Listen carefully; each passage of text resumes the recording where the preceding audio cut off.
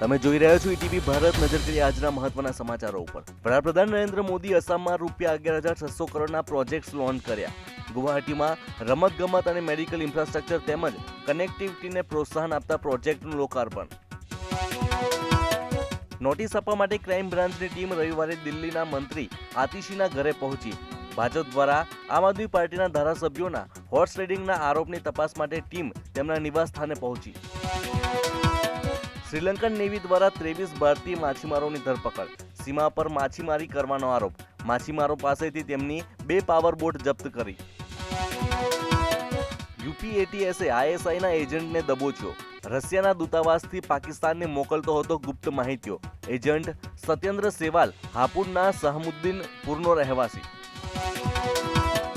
દ્વારકા જિલ્લાના cyber cell દ્વારા આંતરરાજ્ય સાયબર ક્રાઇમ આચરતા 5 આરોપીઓને પકડી પાડવામાં આવ્યા. 9 જેટલા ગુનાનો માસ્ટર માઇન્ડનો દ્વારકાની સાયબર ટીમે પર્દાફાશ કર્યો. રાષ્ટ્રીય કક્ષાની 16મી ગિરનાર આરોહણ અવરોહણ સ્પર્ધાનું આયોજન કરવામાં આવ્યું. ગુજરાતના દબદબાને તોડતા ઉત્તર પ્રદેશ અને હરિયાણાના સ્પર્ધકો. શેરબજારની નકલી કંપની શરૂ કરીને 3 કરોડનો ચૂનો ચોપડનાર રીડો ઠગ ઝડપાયો. મુખ્ય આરોપી બાદ આ કેસમાં હવે સહ આરોપી ફરાર પત્નીને પકડવા પોલીસે તમામ ચક્રો ગતિમાન કર્યા.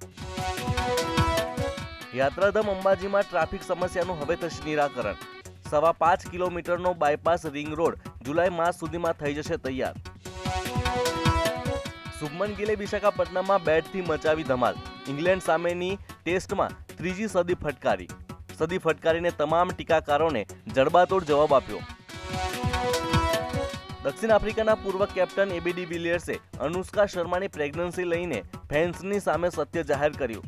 અનુષ્કા શર્મા પોતાની પ્રેગ્નન્સીને લઈને સતત ચર્ચામાં છે.